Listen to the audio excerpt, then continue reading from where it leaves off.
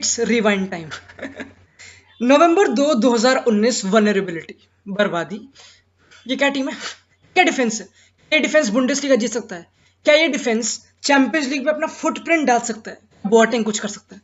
Boating को बेचो, दूल्हा क्या भाग सकता है? पावर्ट्स फिट नहीं हो रहा?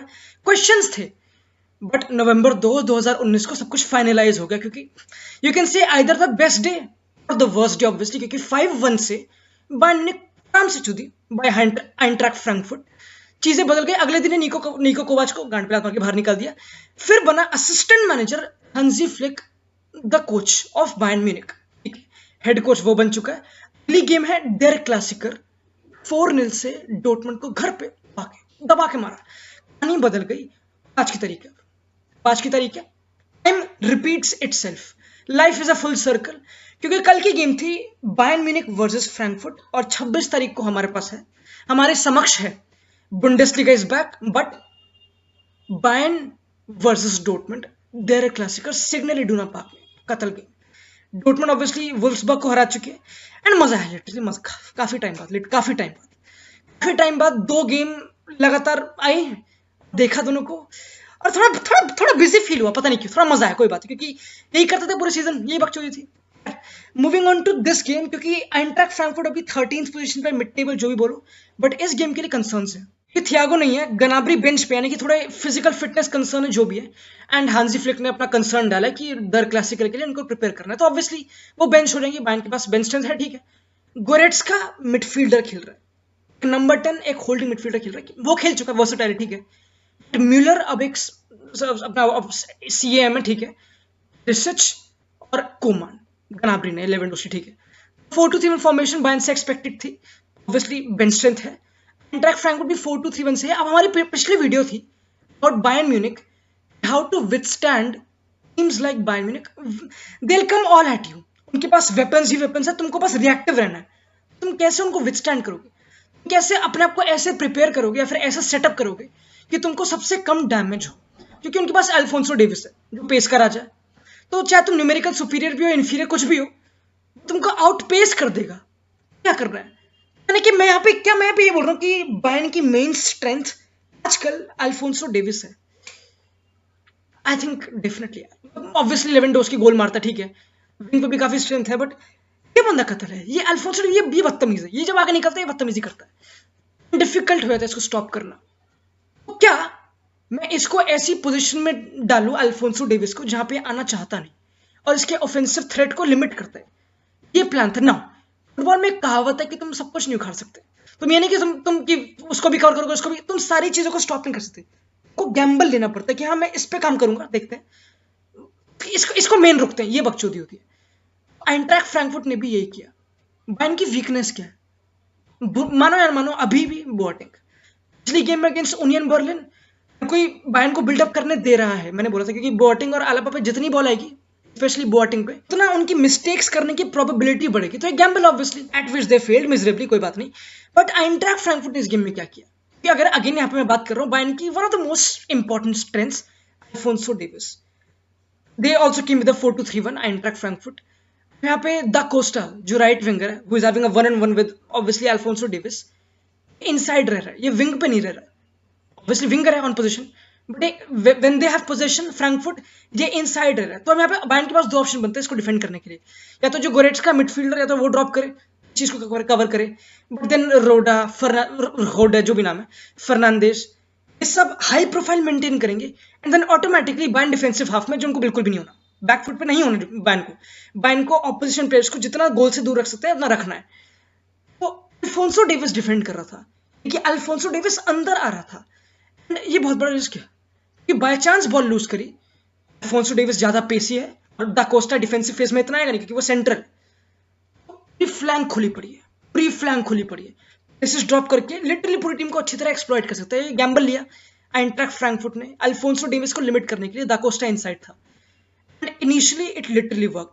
एंड एक टाइम ऐसा आया था गेम में जब हांसी फ्लिक को अपना अल्फोंसो डेविस को बुलाना पड़ा कि भाई देख ले, ये कुछ ज्यादा बकचोदी कर रहे हैं, तो ये तेरे को अंदर ले जा रहे हैं, द कस्प है, ऑब्वियसली जब तुम बॉल डिफेंड करोगे तो बैक कर, ऑब्वियसली, क्योंकि गोरेट्स्का को हाई प्रोफाइल मेंटेन करनी पड़ेगी, we can't let them come at us. और अगर लिटरली देखा भी जाए कि गनाब्री जब खेलता है अल्फोंसो डेविस के साथ उस विंग पे, गनाब्री ऑब्वियसली इनसाइड आता है तो पूरी फ्लैंक खुल जाती है अल्फोंसो डेविस के लिए, काफी एक्सप्लॉइट करता है। बट इस गेम में इवान पेरिसिच खेल रहा है तो क्या वो इनसाइड इतना आता है, फिर वो ज्यादा वाइड रहता है क्रॉसेस के लिए, उसका लेफ्ट फुट स्ट्रांग है, या फिर इन बिहाइंड्स के लिए। यहाँ पे क्या पता, हम ये भी बोल सकते हैं कि अल्फोंसो डेविस का रोल थोड़ा अलग है, थोड़ा ओवरलैपिंग, थोड़ा अंडरलैपिंग रोल है, थोड़ा उसको इनसाइड मूवमेंट ज्यादा करनी पड़ेगी। And in this game specially first half में I literally didn't saw Alphonso Davies totally exploiting and going ham for that flank. काफी इनसाइड था, that also turn to an advantage, क्योंकि बिल्डअप में एक extra defender हो गया था कि दा कोस्टा काफी इनसाइड था। एंड देन जो फुल बैक था टोरे, यानी कि totally they were taking a big Gamble right flank पे। इल्सान का जो डिफेंडर था उसको वाइड आना पड़ रहा था, फिर चीजें पूरा ग्राफ इस तरफ मूव हो रहा था, ये बकचोदी कह सकते हैं। एक गैम्बल था to limit Alphonso Davies, clearly visible था। फर्स्ट हाफ में कहीं ना कहीं काम किया, बट यहाँ पे मैं देख रहा हूँ कोस्टिच भी है लेफ्ट फ्लैंक पे। और अगेन मुझे पता है कि बोटिंग वीकनेसेस हैं, ठीक है। आई वॉन्ट टू बी, अगर मैं मैनेज आई वॉन्ट कि बोटिंग के साथ मेरा प्लेयर 1-on-1 पे रहे काउंटर्स में, क्योंकि ऑब्वियसली बायन अपने पूरे विंग्स को स्प्रेड करती है, अच्छी तरह ऑफेंसिव फेज में जाती है। और ऑब्वियसली क्योंकि दा कोस्टा उसको कर रहा है तो किमिच को ड्रॉप करना पड़ेगा ताकि विंग बैक्स को और फ्रीडम दे आगे जाने की। बैक थ्री भी बन रहा था ऑब्वियसली, तो कोस्टिच इतना डिफेंड नहीं कर रहा था। ही वाज वाइंग ऑन कि अगर हम बॉल जीतते हैं देन काउंटर पे I want to be 1-on-1 against Boateng, क्योंकि वो हाई लाइन मेंटेन करता है उसके साथ।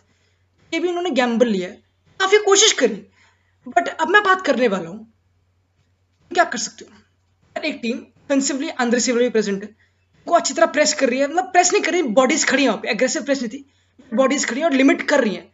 जो काचिनोविच है जो नंबर 10 था, वो भी सेंट्रल जोन में मिच और गोरेट्स्का को पास करेक्ट करने से रोकने के लिए क्या कर सकते हो। दो ऑप्शन, लॉन्ग बॉल पिक करी, पेरिसिच रन निकाल रहा है, लेवेंडोस्की जो भी है वो बकचोदी करी, ठीक है। दूसरा ऑप्शन है थोड़ा ब्रेव है, उसमें थोड़ा टैलेंट चाहिए, थोड़ी स्किल चाहिए। This was a perfect game, look the importance of ball playing central defenders. Alaba, Alaba, in my opinion, man of the match. मुझे भी काफी फाड़ था, but Alaba, he literally had the ball क्योंकि बाइन स्प्रेड हो गई थी, किमिच भी आ गया था, तो यानी कि Alaba और बोटिंग काफी वाइड थे। Alaba literally didn't look, क्योंकि obviously पूरे भी अल्फोंसो डेविस को काफी अच्छी तरह मार्क कर रखा था। Alaba लिटरली अपने स्ट्राइकर को आंद्रे सिल्वा को बीट करके आगे निकलता है, यानी कि Alaba ने लिटरली इन माय ओपिनियन 5-6 बार तो मैं इसको देखा रन निकालते हुए सेंटर मिडफील्ड में पासेस पिक करते हुए, क्योंकि इनको प्रेस को ब्रेक करने के लिए अलाबा खुद आगे मूव कर रहा है। Ball playing central defender, and let me say this, Alaba makes Jerome Boateng better. Boateng अच्छा प्लेयर है, बट अलाबा के बिना मेरे ख्याल से कुछ भी नहीं। And this is what happened with Rio Ferdinand at Man United. जब फर्डिनेंड अपने करियर के एंड में आने लग गया, ही wanted to play with young defenders जो और गैम्बल ले सके, ताकि वो थोड़ा सिट डीप कर जो बकचोदी है। So he played with Jonny Evans and Chris Smalling. हाँ, जब यूनाइटेड टाइटल जीती 2012 और 13 में, ये इंपॉर्टेंट है।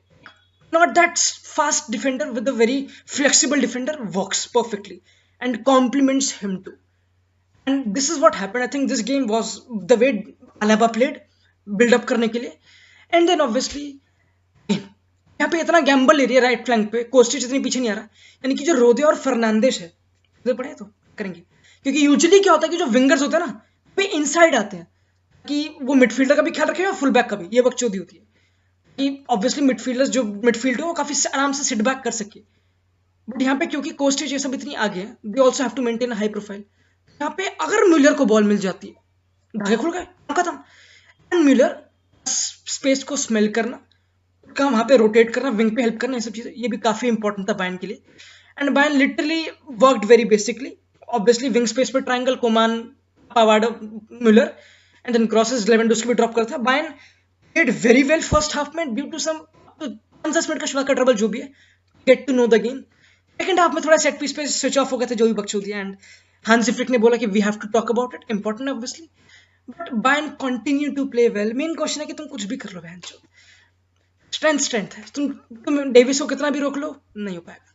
बट ऑब्वियसली अगर जो जिस टाइम पे फ्रैंकफर्ट के पास पोजेशन था और अगर वो कुछ उखाड़ लेते उससे, वो अलग ही कहानी बन जाती है obviously. But I think on the field with the ball they could not do much मेरे हिसाब से।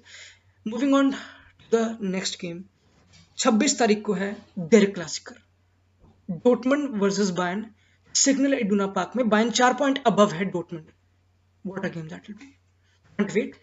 बुंडेसलीगा बहुत फास्ट चल रही है, 8 जून को ला लीगा वापस आ रही है। बिजी हो गया मैच।